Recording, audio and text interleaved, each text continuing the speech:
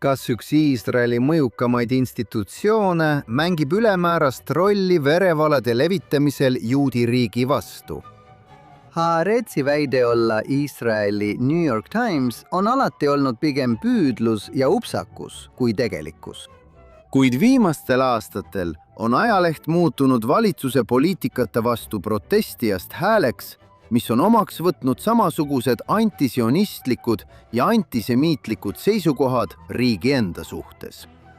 Täna saates Think Twice uurime põhjalikult, mis Haaretsis juhtus ning kuidas see ja selle toetajad pakuvad katet mõnedele maailma kõige hullematele juudivihkajatele.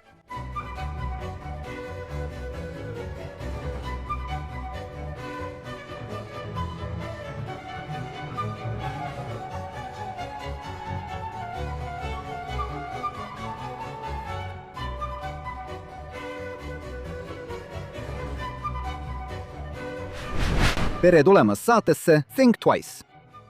Kui me mõtleme sellele, kuidas Iisraeli ja sionismi on demoniseeritud ja nende legitiimsust õõnestatud, keskendume tavaliselt ja õigustatult ideedele, ideoloogidele ja poliitilistele jõududele, kes levitavad verevalesid juudi riigi ja juutide kohta ja muudavad need lääne poliitilises diskursuses ja kunstis uueks liberaalseks ortodoksiaks. Oleme viimasel ajal palju rääkinud sellest, kuidas diaspora juudi vasakpoolsed õhutavad 7. oktoobri järgset antisemitismi tõusu ja võtavad omaks juudi vihkajad nagu New Yorgi linnapea Zoran Mamdani ja teised demokraatlikud sotsialistid.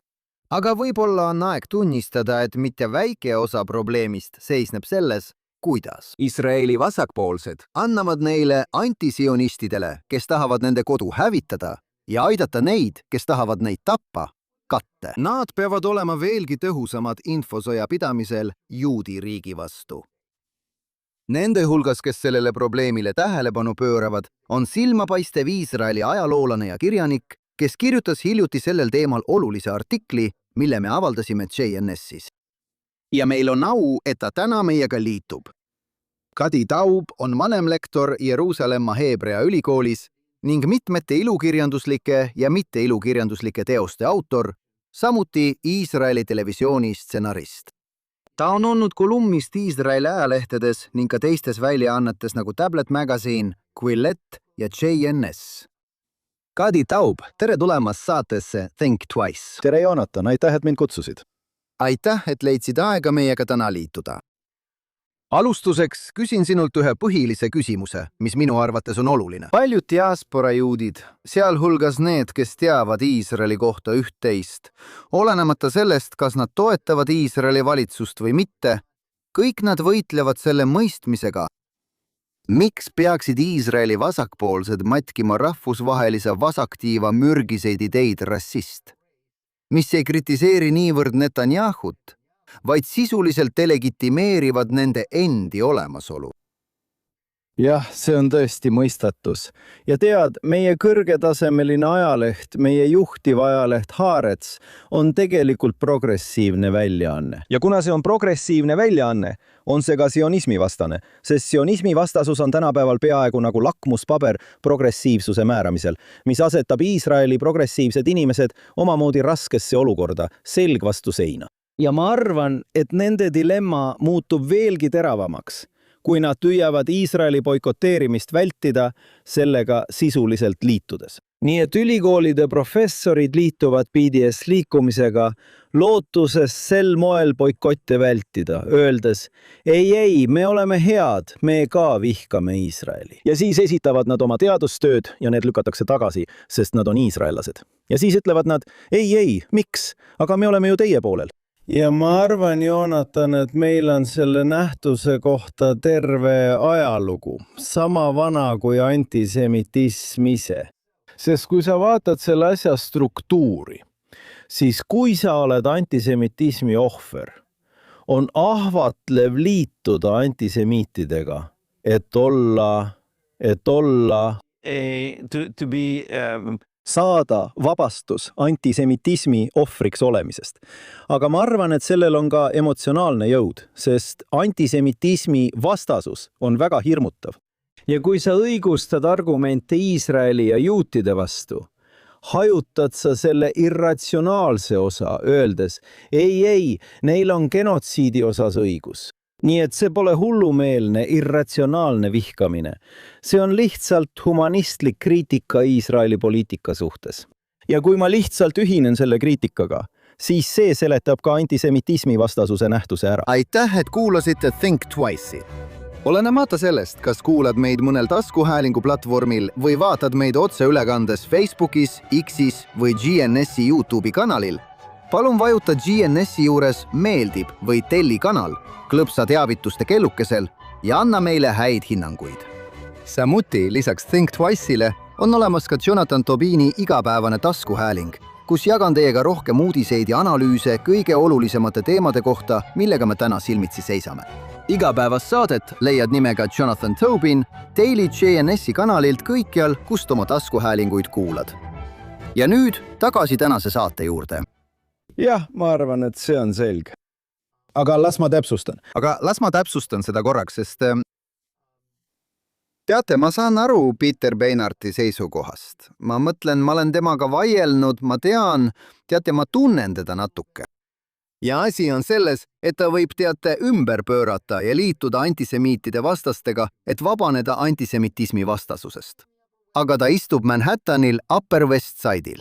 Ja kas või Iisraeli saatus, ükskõik mida ta sellest arvab, see ei mõjuta teda ega teisi, kes hääletasid Zohra Mamdani poolt, vähemalt mitte otseselt.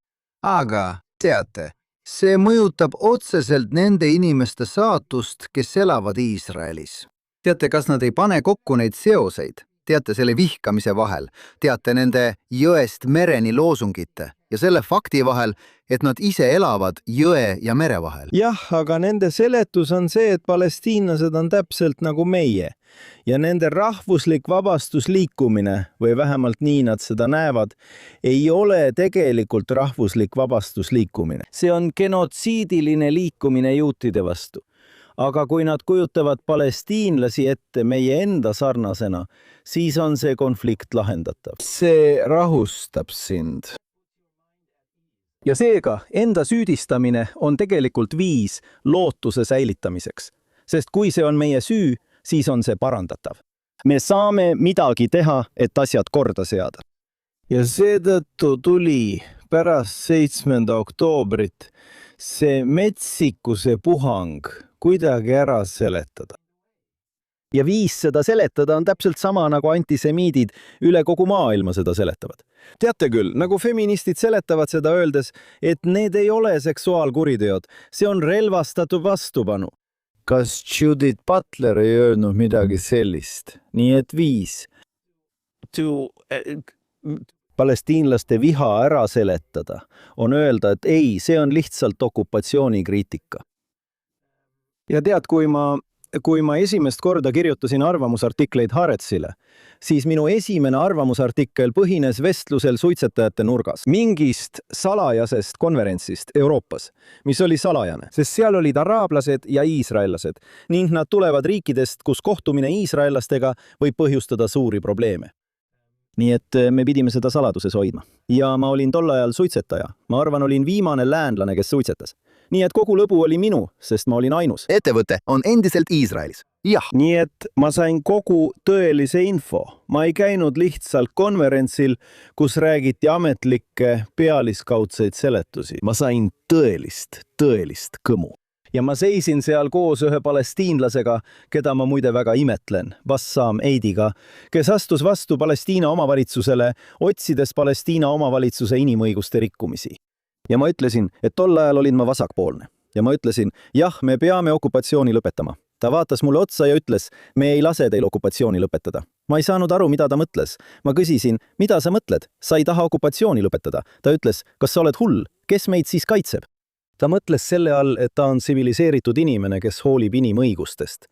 Ja niipea, kui Iisraeli kaitsevägi lahkub, tapetakse ta ära. Ta ütles, kes sa arvad, et meid kaitseb? See oligi tema argument. Ja nii ma kirjutasin artikli ajalehele Haaretz, mis tekitas neis suurt ärevust.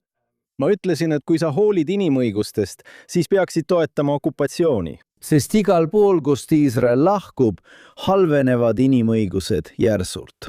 Nii et see mõte, et nad on lihtsalt okupatsiooni vastu, mitte Iisraeli olemasolu või selle vastu, et juudid üldse elavad, kui nad on lihtsalt okupatsiooni vastu, siis on kõik korras. Siis peaksime olema Iisraeli sees okupatsiooni vastu ja teesklema, et see lahendab probleemi. Nii et see seletus sattus 7. oktoobril suurde ohtu, sest selle päeva metsikust on raske kujutada lihtsalt kui vastupanu okupatsioonile, eriti arvestades, et see tuli Gazast, kus okupatsiooni ei ole. Ja muide, ka piiramist ei ole. Teatud materjalidele kehtis embargo, aga piiramist ei olnud. Neil on piir Egiptusega. Neil oli kõik, mida nad vajasid või tahtsid. Ja nii seadis 7. oktoober selle kõik ohtu. Ja see, mis juhtus Iisraeli poliitikaga, on huvitav, sest ma ei ole kindel, et parem tiiv võidab valimised, sest kui sõda ei lõpe otsustavalt, saab see olema probleem Netanyahule ja tema koalitsioonile. Siiski tuleb märkida, et peaaegu kõik vasaktiiva blokis, välja arvatud Hull, Jair Golan ja Araabia parteid, väidavad, et nad on parempoolsed. Sest mis juhtus oli see, et hoolimata kõigist nende loosungitest, Atah Rosh, Atah Shem, sina oled juht, sina vastutad, see juhtus sinu ametiajal. Massakri koalitsioon ja kõik muu selline on täielik jama, sest valijad on liikunud paremale. Kui vaadata suurt pilti, siis vasakpoolsed ütlesid, et kui me lahkume Gazast, saab sellest Lähis-Ida Singapur. Ja parempoolsed ütlesid, et ei, sellest saab Lähis-Ida Hamastan. Ja arva ära, kellel oli õigus. Seega pole vahet, mida nende propaganda või poliitikud ütlevad. Et võita, teesklevad nad, et on parempoolsed. Ja viimane kommentaar selle kohta, sest me nägime Gadi Eisenkoti, kes juhib nüüd küsitlustes, kui Netanyahu tõsiselt võetav konkurent. Me nägime Ronen Manelist, endist Iisraeli kaitseväe pressiesindajat, kes juhib tema kampaaniat, küsimas Ameerika nõunikult ja meil on see kaamerasse jäädvustatud. See oli Kanal 12, kus ta küsis, mida ma peaksin ütlema, et inimesed arvaksid, et ma olen parempoolne. Need inimesed ei tea isegi, millesse parempoolsed usuvad ja üritavad teeselda, et nad on parempoolsed ja see ütleb juba palju. Jah, siin on palju lahti harutada, sest esiteks, kui palestiinlased räägivad okupatsioonist, siis nad peavad silmas näiteks 7. oktoobrit, sest nad arvavad, et Iisrael rohelise joone sees on okupeeritud. Okupatsioon ei ole, kead, mitte Juudamaa ja Samaaria ega Gaza, mis muidugi ei olnud okupeeritud. Ja muidugi see silmakirjalikkus, mis puudutab 7. oktoobrit. Ja kindlasti lasub osa vastutusest Netanyahul, sest see juhtus tema ametiajal. Aga pole ju nii, et keegi opositsioonis oleks enne 7. oktoobrit tahtnud midagi teisiti teha. See on tõsi. Ma ei mäleta, et keegi oleks tahtnud. Välja arvatud võib-olla mõnikord Lieberman. Välja arvatud siis, kui ta oleks saanud midagi teha. Välja arvatud siis, kui ta tegelikult oli valitsuses ja oleks võinud midagi ette võtta. Ma ei mäleta, et keegi oleks tegelikult öelnud, oodake nüüd, lõpetame mitte ainult nende toetamise, vaid läheme tagasi ja ajame Hamasi Gazast välja. Keegi ei olnud selle poolt. Nii et seal on palju silmakirjalikkust. Aga pöördugem, nagu sa ütled, Haaretsi enda küsimuse juurde. Mõned aususe huvides tehtud täpsustused. Ma tean, et sa kirjutasid pikka aega Haaretsile. Ma kirjutasin mitu aastat Haaretsi ingliskeelsele väljaandele. Aga meie kuulajatele, miks on Haarets oluline nii Iisraelis kui ka rahvusvahelisele meediale? Ja kuidas on see viimastel aastatel muutunud? Jah, ma pean lisama veel ühe täpsustuse, mille panin ka oma JNS-is ilmunud artiklisse Haaretsi kohta. Nimelt, et mind vallandati Haaretsist, kuna ma eirasin nende toimetuse poliitikat. Ja ma võin sellest hiljem ka rääkida, kui see huvi pakub. Aga huvitavam on see, et Haarets on progressiivne väljaanne. Ja selle eesmärk on juudi riigi lammutamine. See on nende missioon. Ja veresauna eelõhtul tundis Haaretsi toimetaja end piisavalt kindralt, et peitusemäng lõpetada. Ja see lihtsalt otse välja öelda. Ja ütles, et on aeg kustutada sõna juudi fraasist juudi demokraatlik riik, mis kirjeldab Iisraeli riigi rahvuslikku iseloomu. Ja küsimus, mille ma lauale panen, on, miks just nüüd? Te olete seda teinud juba 30 aastat. ja see algas nagu sellised asjad ikka, väidetavalt erapooletutest akadeemilistest uurimustest. Aga need ei olnud kunagi erapooletud. Niinimetatud postsionistid, see kõlab nagu midagi, mis on juba möödas, eks ole. See jätab mulje, et sionism on nüüd mineviku reliikvia ja me saame seda uurida kui midagi, mis on arenenud millekski uueks. Midagi sellist ei ole. See on antisionistlik ideoloogia, sest nad on Edward Saidi jüngrid. Ja kui sa tegeled postkoloniaaluuringutega ükskõik kus maailmas, siis sa ei saa sionismi selles distsipliinis kaitsta ilma selle distsiplinaarseid aluseid eirata. Nii et need akadeemilised moevoolud toodi Iisraeli. Ja Haaretz alates 90-ndatest Oslo aastatel andis postsionistlikele ajaloolastele, sotsioloogidele, antropoloogidele, kirjandusosakondadele ja kõigile teistele esiplaani ja keskse koha. Nad lihtsalt hoidsid Iisraeli intelligentsi päevast päeva Edward Saidi ja tema jüngri ideedega. Ja see õpetab, et Iisrael on ebalegitiimne, et sionism on kolonialism, et meie oleme rõhujad. Ja et palestiinlased on selle Euroopa koloniseerimisliikumise põlised ohvrid, mis püüdsid neid nende maalt etnilise puhastuse käigus välja ajada. See on vaade, mida Haaretzi lugejatele on päevast päeva esitatud. Ja nad riietasid selle selleks, et mitte oma publikut liiga šokeerida. Nad maskeerisid selle okupatsioonikriitikana, samal ajal vihjates või sageli ka otse öeldes, et okupatsioon on sionismi jätk ja sionismi olemus. Ja seega on Iisrael sisuliselt apartheidi projekt. Ja see algas kirjandus- ja raamatulisadega. Ja see oli, see Tilguti, Veeni Tilguti. Sealhulgas, luuletaja nimega Yitzhak Laor, kes kirjutas muide ka teises kohas, aga tema oli selle hämmastava luuletuse autor, kuidas me kasutame Palestiina noorte verd oma matsooleiva sees. See on nagu kõige labasem, jõhkramam, jämedam, vastikum verelaimud. Ja see on see mees, kes on nende peamine raamatute arvustaja nädalavahetustel, Yitzhak Lau.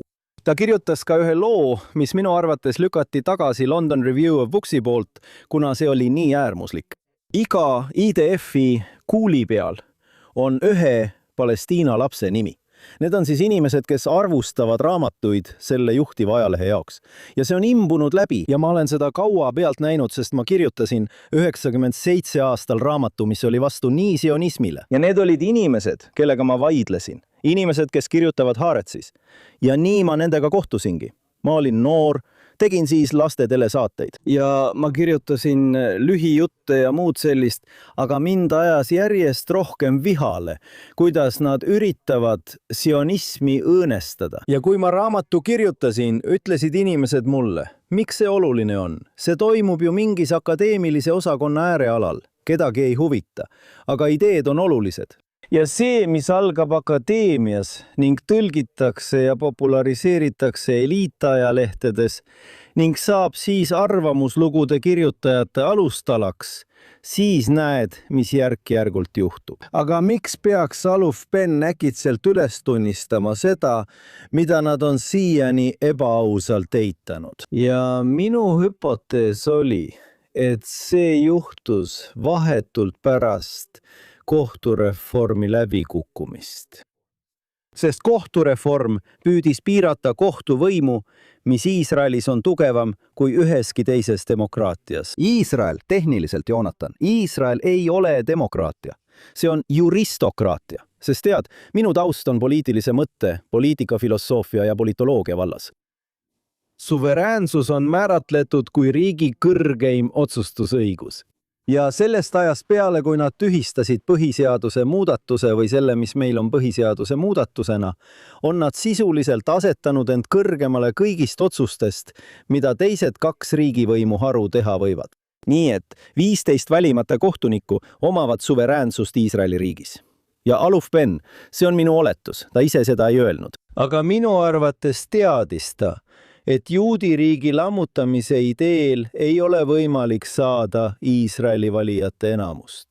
Aga ta tajus võimalust, et kui otsuste tegemine viiakse üle valimispoliitikast kohtuvõimule, siis see progressiivne, hullumeelselt progressiivne kohtusüsteem, mis meil on, saab selle peale suruda. See võib tühistada seaduse, alusseaduse, mis määratleb Iisraeli kui juudi riigi.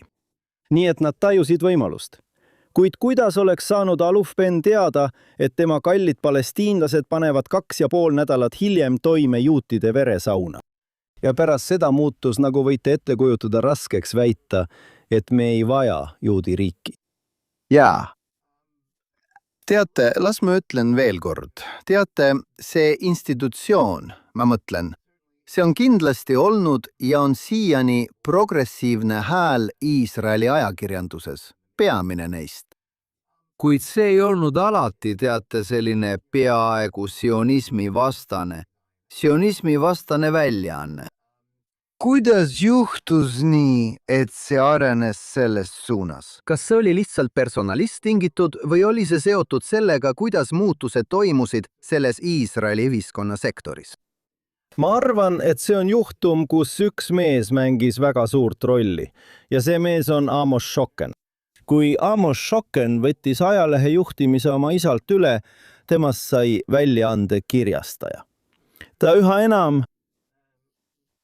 lõi sionistlikud toimetajad kõrvale ja leidis endale sobivad toimetajad. Luuletaja, keda mainisin ja kes kirjutas selle Palestiina noore kohta Veri meie matšaleivas, Itzhak Laor, oli kirjastaja poolt nii tugevalt kaitstud, et kui tema ümber puhkes suur seksuaalse ahistamise skandaal, kaitses ajaleht teda ikkagi.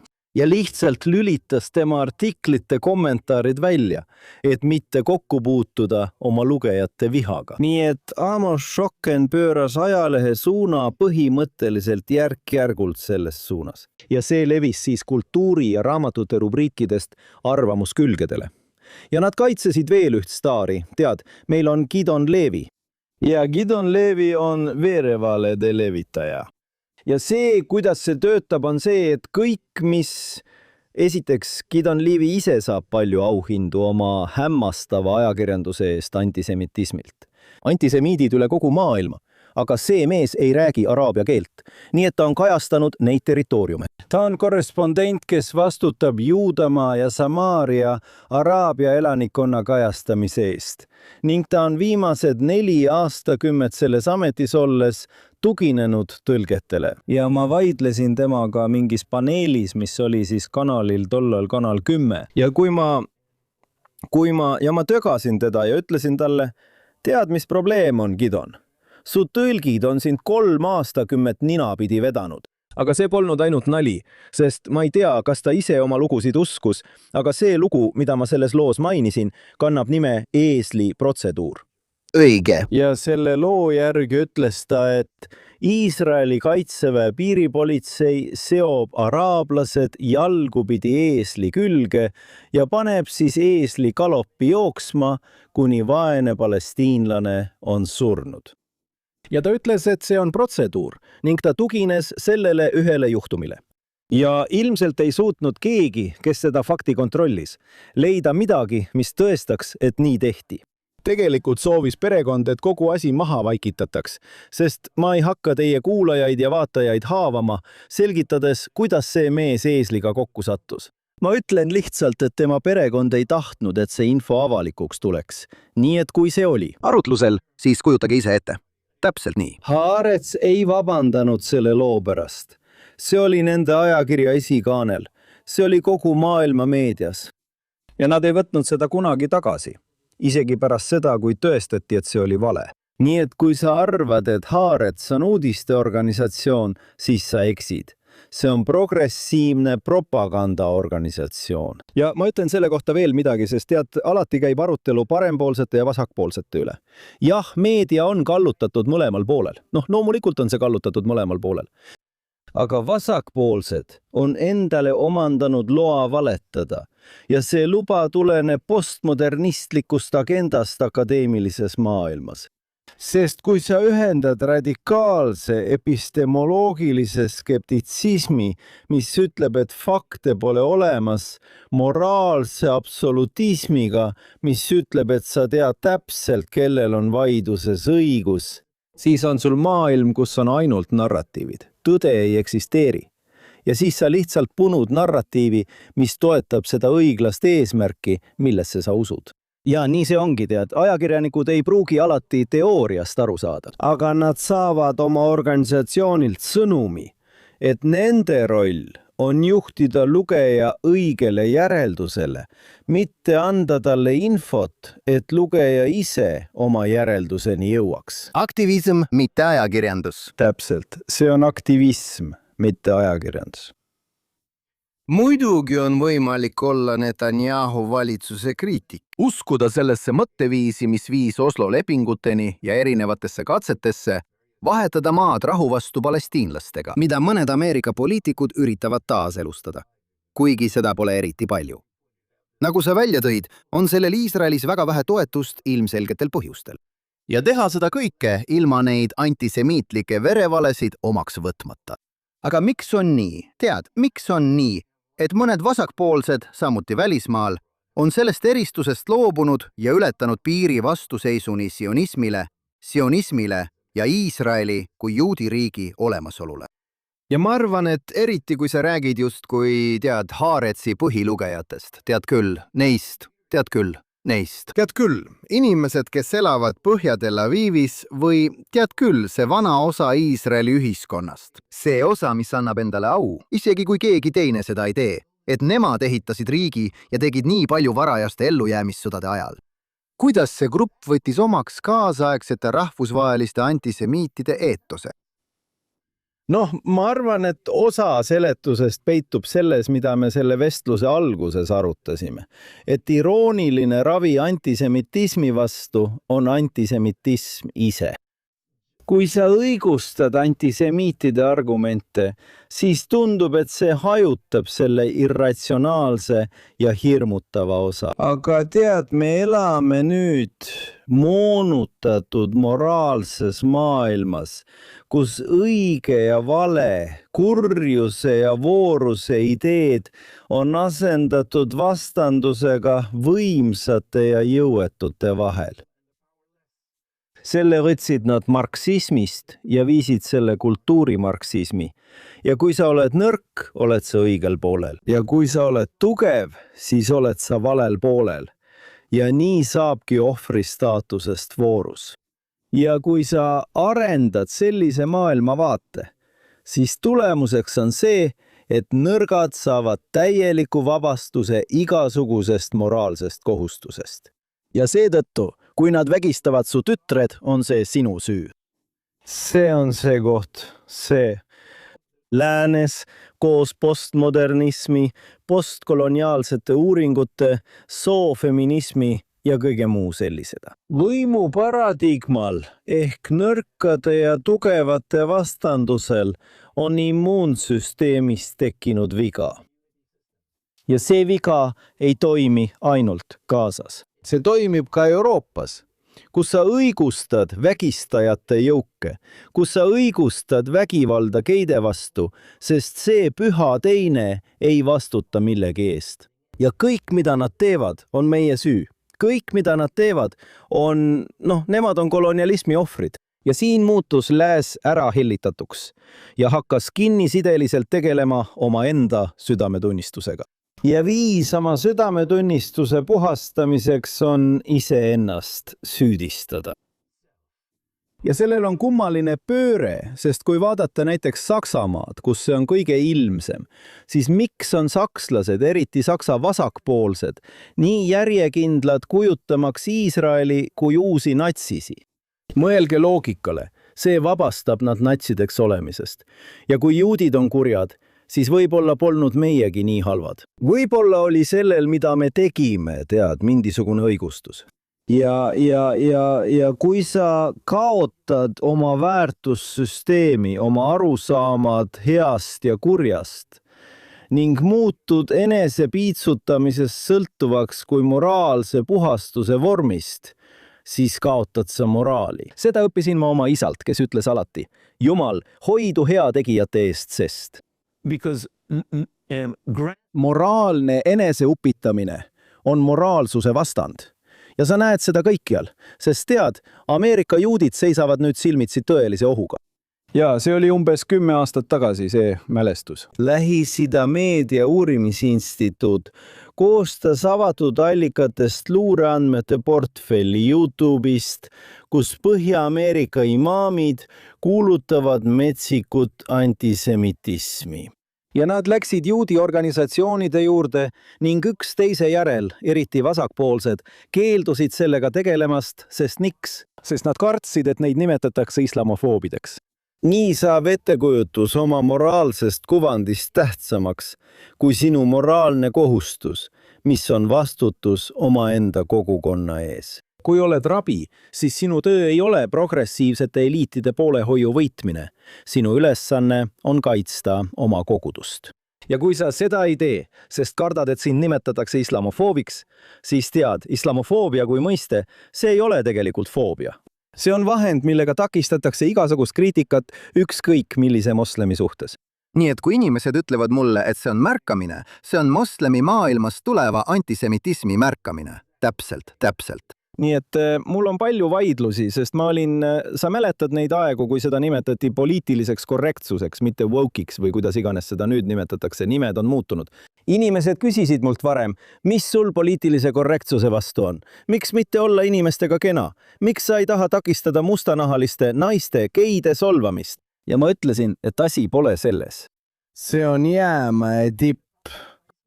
Tegelik jäämägi on see, et kui keegi kuulub pühitsetud gruppi, siis ei tohi teda kritiseerida, isegi siis, kui ta teeb kurja. See ongi antisemitismi probleem. Kui sa vaatad Keeri, moslemi vennaskonda, propagandarinne, mida Obama nii väga armastas, see, mida nad teevad, toimub inimõiguste organisatsiooni või kodanikuõiguste organisatsiooni sildi all. Ameerika kodanikuõiguste traditsioonis. Mida nad propageerivad, on vaikimiskäsk kõigile, kes juhivad tähelepanu radikaalsete islamistlike antisemiitide rassismile.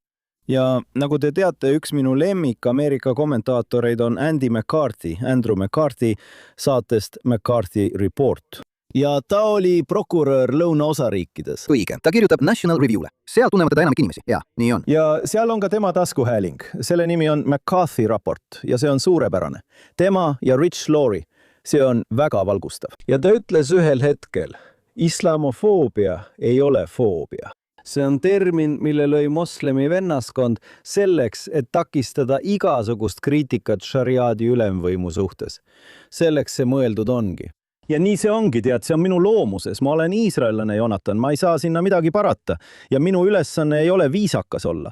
Ma arvan, me peaksime need inimesed lihtsalt valjult hukka mõistma. Ja kui nad ütlevad, et sa oled islamofoob, sest sa kritiseerisid džihadiste, siis nooguta lihtsalt pead ja ütle, hästi, aga palun vasta nüüd küsimusele. Sa ei hirmuta mind selle asjaga. Ja, tead, ideede maailmas saad olla kas Edward Saidi poolel ja siis sa ei tohi kritiseerida kolmandat maailma ega kedagi, kes pole läänest. Või saad olla Benjamin Netanyahu poolel ja selgelt öelda, et see ei ole tsivilisatsioonide kokkupõrge. See on kokkupõrge tsivilisatsiooni ja barbaarsuse vahel. Hamas ei ole alternatiivne väärtussüsteem. Meil on oma arusaam väärtustest, kuid nad on barbarid ja need on barbaarsed väärtused. Sa ei saa seda öelda, tead, nagu mu sõber Dan Schiffman ütleb, sa ei saa aktsepteerida kultuurilist relativismi. Kui üks inimestest, keda sa õhtusöögile kutsud, on kannibal, sest siis tahad sa teada, kas ta peab sind külaliseks või menüüks. Ja kui sa ei suuda eristada barbaarsust tsivilisatsioonist, siis kaotad sa selle võitluse barbaritega. Ja kui sa tahad inimesi, kes vägistavad tüdrukuid surnuks ja arvavad, et see on moraalne tegu, seni kuni need tüdrukud on juudid, kui sa tahad seda nimetada alternatiivseks kultuuriks, siis kaotad sa ka oma enda kultuuri kodus. See on täiesti õige. Lähme korraks tagasi Haaretsi juurde. Jah. Minu lemmikteema. Nagu sa tead. Jah, kõik on korras. Haaretz väidab end olevat Iisraeli New York Times. Muidugi. New York Times ei ole enam päris see, mis ta oli 50 või 60 aastat tagasi, kui ta oli tõesti peavoolu ajaleht, mida peeti autoriteetseks. Nagu Andrew Klavan ütleb, endine ajaleht New York Times. Õige.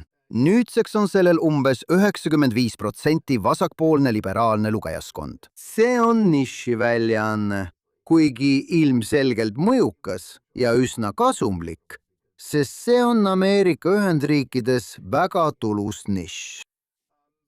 Aga ükskõik, mida me Haaretzi kohta arvame, küsimus on selles, kuidas enamik iisraellasi sellele reageerib. Minu mulje on olnud, et suur osa selle mõjust tuleneb sellest, et välisajakirjandus loeb selle ingliskeelset väljaannet. Aga mida arvavad enamik iisraellasi Gideon Levi taolistest inimestest või Amir Hassi kirjutistest, nende Gaza korrespondendi, nende Gaza propagandisti omadest, kui tuua vaid 2 silmapaistvat näidet nende töötajate seast? Kas sa arvad, et enamik iisraellasi peab tänapäeval seda seisukohta legitiimseks või isegi arutlusväärseks? Enamik iisraellasi arvab, et see on vastik, kuid neil on oma kindel auditoorium, keda nad suudavad hoida, isoleerides neid kõigist teistest uudisteallikatest. Nii et kui sa loed Haaretzit või tead seda, kui sa loed Ronen Bergmani artikleid New York Timesist, siis sa arvaksid, et Iisraeli probleem on asunike vägivald.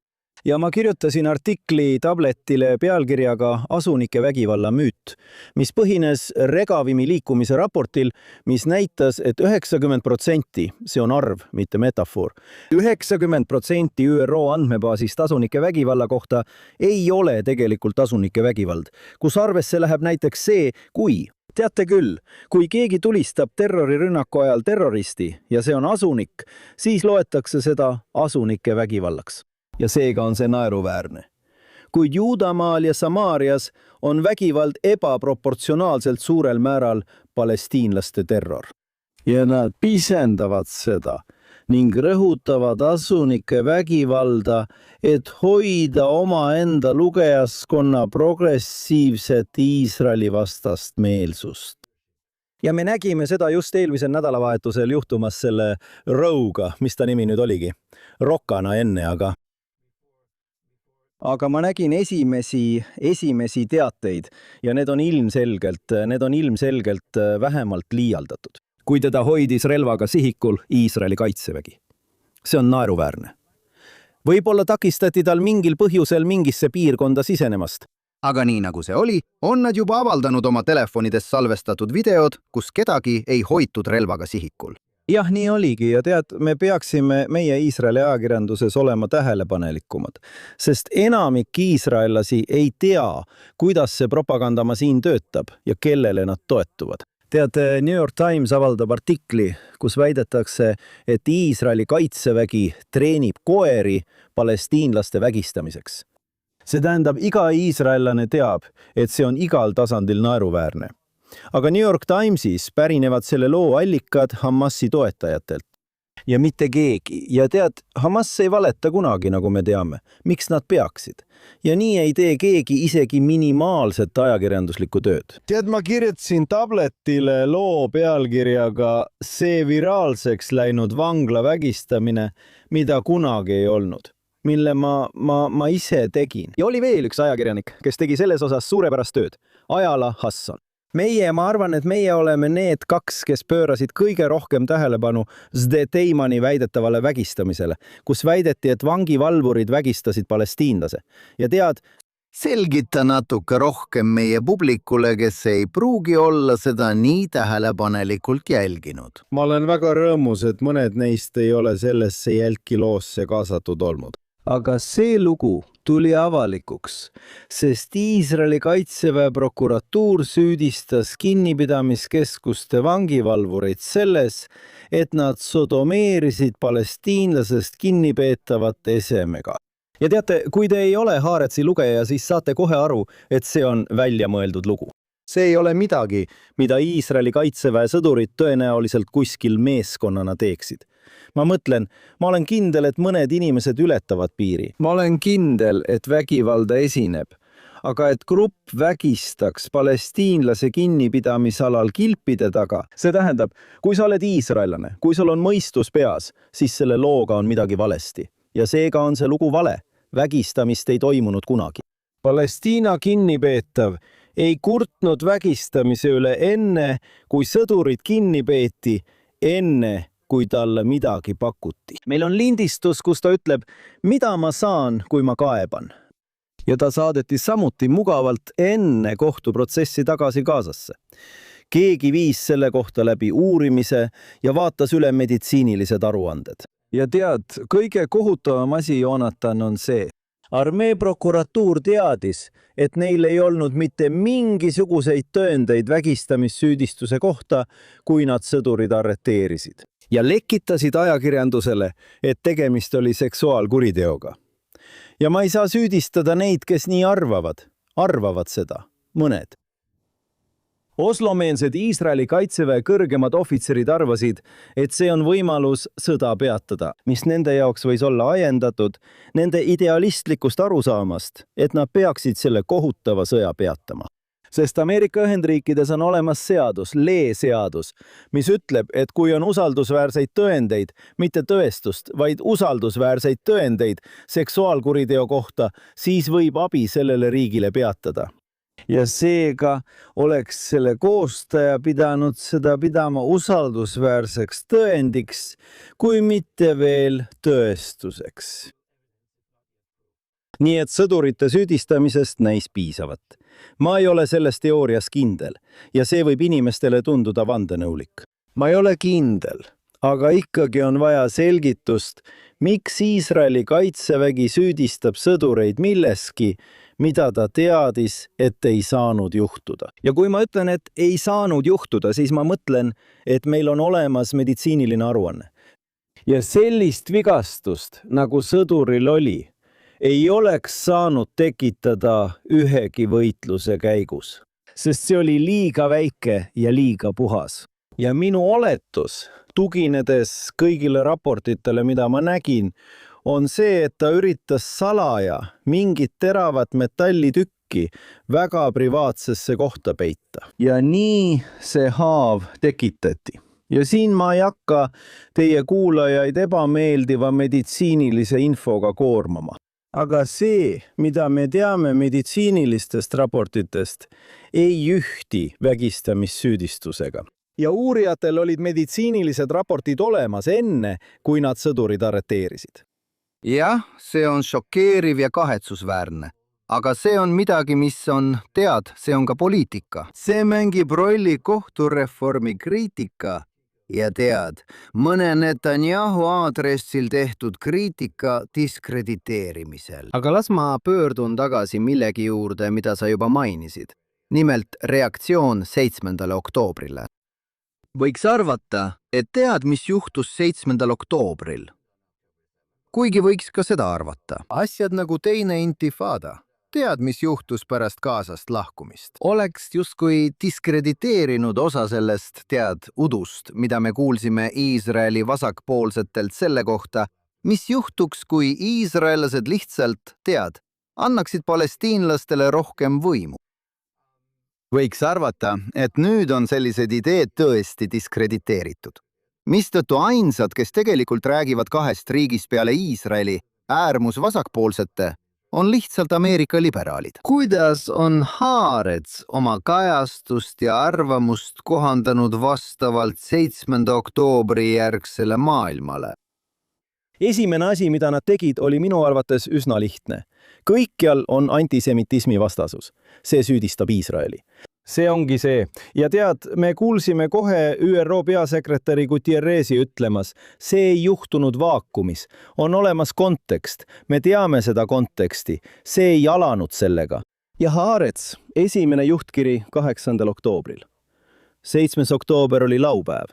Siis polnud väljaannet. Ja pühapäevane, järgmise päeva väljaanne algas juhtkirjaga, mis ütles, et 7. oktoobri eest tuleb süüdistada ühte meest. Ja see mees on Benjamin Netanyahu. Miks? Sest ta on ajanud poliitikat, mis jätab palestiinlased ilma õigustest ja ta viis nad tupikusse ning nad kaotasid lootuse. Ja kõik muu. Aga see üks süüdlane, polnud Itzhak Rabin. See polnud keegi Hamassest. Ja kui sa vaatad juhtkirja, kogu juhtkirja lehekülge, siis mitte keegi ei süüdistanud Hamassi.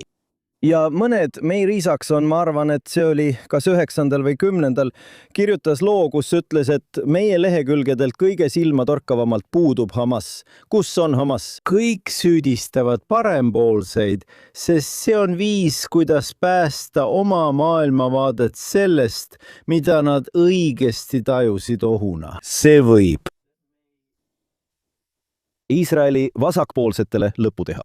Ja nad põhimõtteliselt kohandasid järk-järgult oma tooni. Aga sellest ajast alates on asunike vägivald olnud esiplaanil. Juutide süüdistamine sai ainsaks viisiks päästa Palestiina riigi idee palestiinlaste enda jõhkruse eest.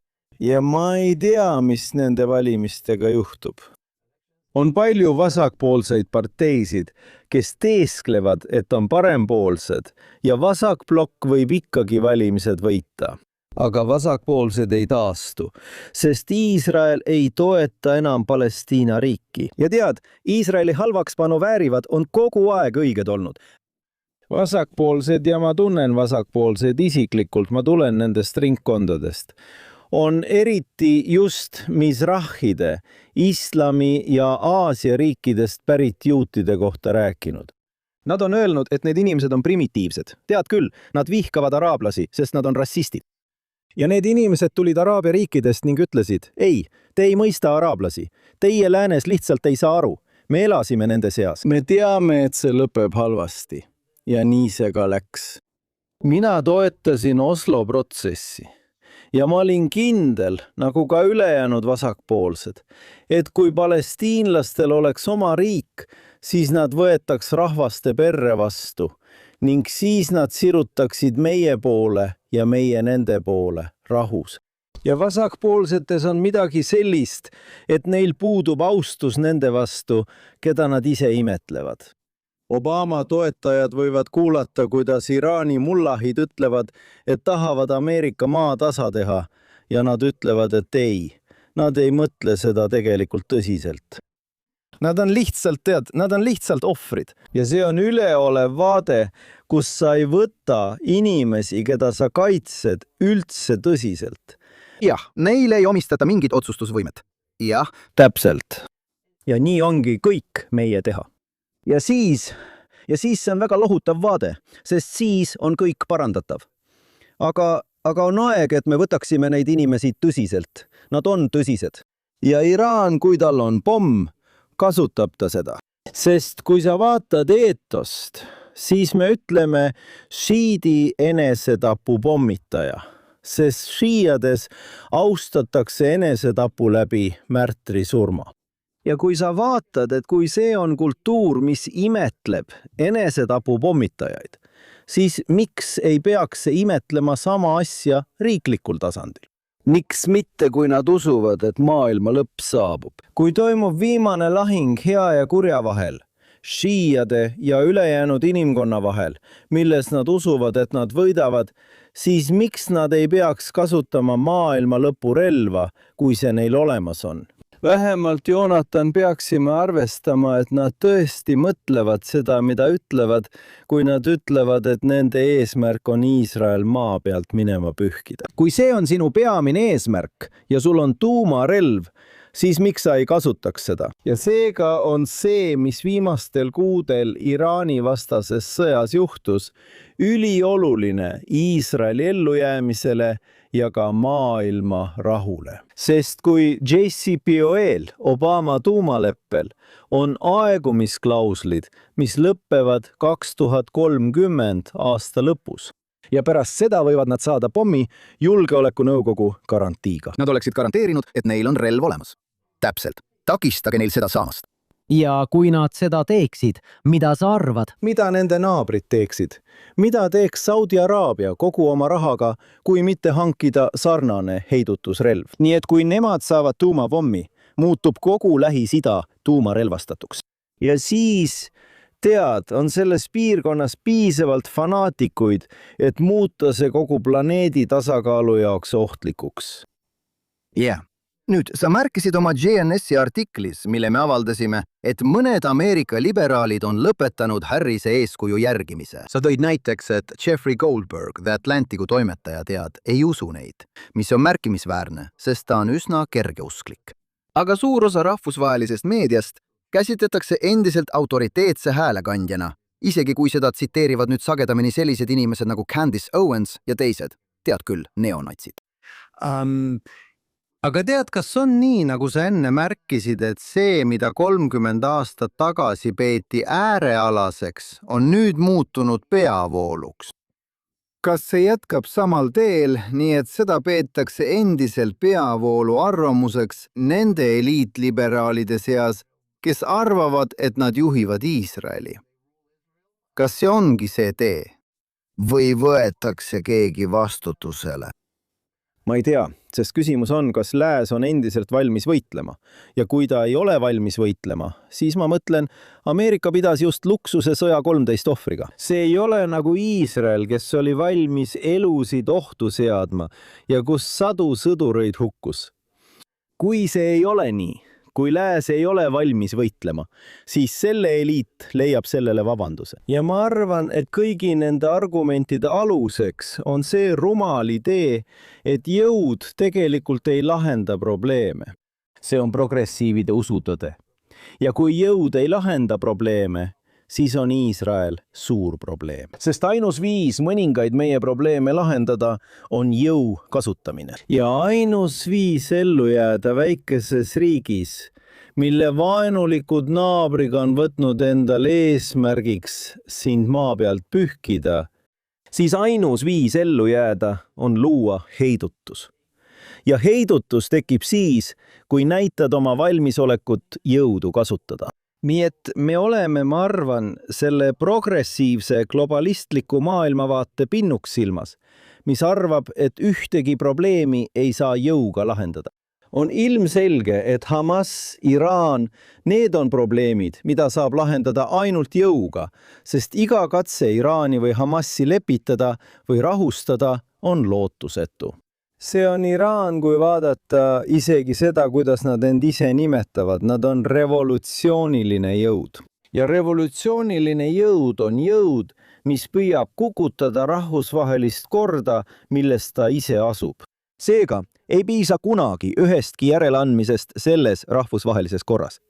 See on nagu tead Hitler 30-ndatel. Hitleri vastased, enne kui neist said tema vaenlased, arvasid, et ta esitab nõudmisi enesemääramise põhimõttel, sest ta soovib annekteerida ainult neid alasid, kus on Saksa enamus. Nii suhtusid nad igasse tema sammu. Anschluss, Rhineland, Sudeedimaa, kõikjal. Kui seal oli võib-olla Saksa enamus või kui sakslasi oli seal kõige rohkem, siis sai seda õigustada selle rahvusvahelise korra reeglitega. Aga siis liikus Hitler edasi Tšehhoslovakkia vallutamisele, kus sakslased ei olnud piirkondades selgelt enamuses. Ja just siis ärkasid maailma Chamberlainid, et Hitler ei püüa nõuda järeleandmisi rahvusvahelise korra reeglite piires. Ta püüab seda korda kukutada. Ja muide, Iraan on täpselt samasugune. Seal on ka natside ideoloogia teisteski aspektides. Antisemitism on selle peamine usutunnistus ning sama kehtib vägivalla ja kõige muu kohta. Aga kui vaadata lihtsalt, erapooletult, poliitikateaduse seisukohast, siis on sul revolutsiooniline riik piirkondliku korra keskel. Ja mida see on teinud, kui uurida, mis toimub, siis see ei püüa nõuda kahjuhüvitist tekitatud kahju eest. See püüab õõnestada kõigi enda ümber olevate riikide suveräänsust, luues valitsuses tugevamaid käsilasrühmitusi, nagu me näeme Liibanonis. Nii et see on probleem, mida saab lahendada ainult jõuga. Ja kui juudid kaitsevad end ja kasutavad jõudu ning sellega trotsivad liberaalset uskumust, siis reaktsioon on antisemiitlik. Sest need lääne osad, mis on moraalselt alla käinud, ei suuda taluda mõtet, et mõnikord tuleb jõudu kasutada. Ja me oleme elav tõestus, et see on tõsi. Jah, ma arvan, et see on selge. Nüüd, Sa oled juba välja toonud, et Haaretz on mänginud suurt rolli verevalede levitamises Iisraeli kohta, genotsiidi ja apartheidi kohta. ma arvan, et küsimus ongi selles ja ma pole isegi omaenda kontaktide põhjal seal selles kindel. Kas seal töötavad väljaandjad, toimetajad ja ajakirjanikud mõistavad, millist kahju see teeb mitte ainult Netanyahule või sellele Iisraelile, mis neile ei meeldi, vaid ka sellele, et see õhutab nende endi vastu suunatud antisemitismi. ma mõtlen, et nad võivad seda tunda, kui nad lähevad välismaale või tunda, kui nad mõtlevad sellele, mis juhtus 7. oktoobril. Kuidas see dünaamika toimib? Nad kujutavad ette midagi muud. Nad arvavad, et Iisraeli kritiseerimine on õige ja nende ülesanne on aidata Iisraelil vabaneda oma etnotsentrismist, militarismist ja vägivallast. Ja nad tõesti usuvad, et sionismi kritiseerimise motiiv on aus, et Iisrael tõesti sooritab kuritegusid. Aga kui sa sellele otsa vaatad, siis see on absurdne. Esiteks on genotsiidi verevale süüdistus naeruväärne, mida ka see leht propageerib, kuigi mitte just kogu hingest, sest see pole ilmselgelt tõsi.